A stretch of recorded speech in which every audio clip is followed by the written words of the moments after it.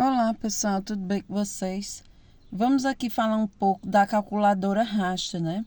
Eu, nos meus trabalhos aqui, fiquei até preocupada com relação ao que muita gente vem conversando comigo a respeito do uso dos caracteres, né? Os caracteres que correspondem às operações que você utiliza quando usa um NDVI, um SAV, né, o EV e outros índices para análise de vegetação, água, solo, enfim. Eu estou utilizando no meu trabalho aqui o NDVI, certo? O tão clássico NDVI, numa área de região semiárida, né?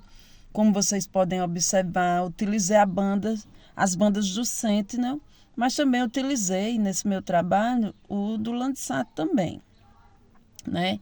Operações assim que aparentam ser simples, né? Mas que requer um certo cuidado, uma certa adequação. Eu digo isso porque aqui, como vocês podem ver, é uma área onde tem um rio, né? Esse rio aqui é o Rio Paraíba, certo? Deixa eu só destacar para vocês aqui, né? Me dirigir ao zoom para diminuir aqui e mostrar para vocês. É uma área na região do Baixo Paraíba, certo? Que eu estou trabalhando. Mas, como eu estava falando para vocês, é uma situação que a gente se preocupa. Por quê? Porque quando você envolve caracteres que você vai trabalhar com as operações, em NDVI, por exemplo, você tem que ver que não é de toda maneira que você pega de um site e faz o copia e cola, né? O famoso copia e cola. Não é assim. Você não vai pegar de lá dados, informações, entre parênteses, usando dados ou decimais ou outros tipos de valores, usando a vírgula. O que a gente não aceita vírgula nessas operações, aceita ponto, certo? Então tem que ter cuidado com isso. Aqui eu utilizei as bandas do Landsat, né? E do Sentinel. E para a exemplo do Sentinel, utilizei a banda 8A e 4 para o NDVI. Né? Gerei aqui um valor que vai de menos 0,14, que é essa expressão que ele dá, até 0,67. Esse é o valor do NDVI dessa área aqui, pessoal. Então é o seguinte, só para falar para vocês, ter o cuidado na hora de expressar. Quando utilizo o NDVI, por exemplo, eu uso parênteses, certo? Coloco a banda do infravermelho, certo?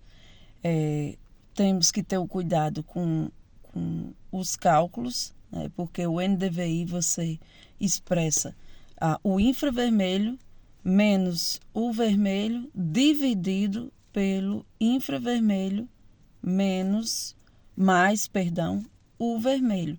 Esse aqui eu utilizei o 8A porque é um infravermelho que ele dá um pouco mais de detalhe em termos de faixa nanométrica com relação ao 8, a banda 8. Né?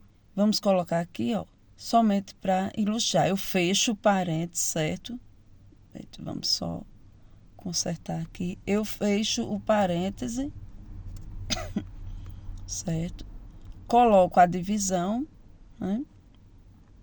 Abro o parênteses novamente para expressar o infravermelho mais o vermelho, certo? E fecho o parênteses.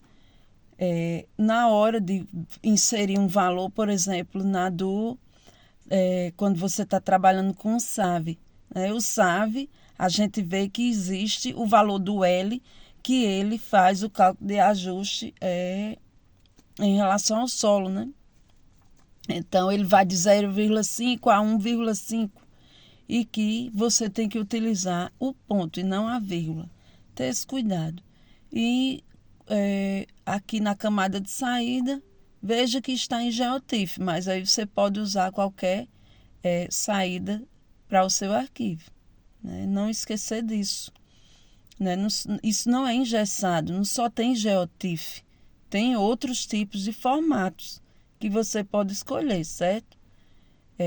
E utilizar na saída, no SRC, que é a projeção, de preferência utilize uma zona e mais especificada e utilize o UTM, né? Ou você utiliza o WGS 84 ou o SIRGAS 2000. Aqui eu utilizei esse aqui, o 32724, certo? Salve na camada de saída, salve o seu NDVI, né, ou algum outro índice que você esteja calculando e dê o OK, certo? Assim que você coloca a expressão aqui, a minha expressão está válida, né? Eu só vou salvar aqui para vocês visualizarem. NDVI, certo? Vou chamar de B, porque eu já utilizei outra expressão. E mande salvar. Olha, ele dando OK, você já começa a fazer o processamento de trazer essa imagem. Eu utilizei o NDVI-A, né, como vocês podem ver aqui, né? Vocês já está processando, certo? E aqui eu já utilizei uma chamada de NDVI-A, que ele me deu um valor. Mas aqui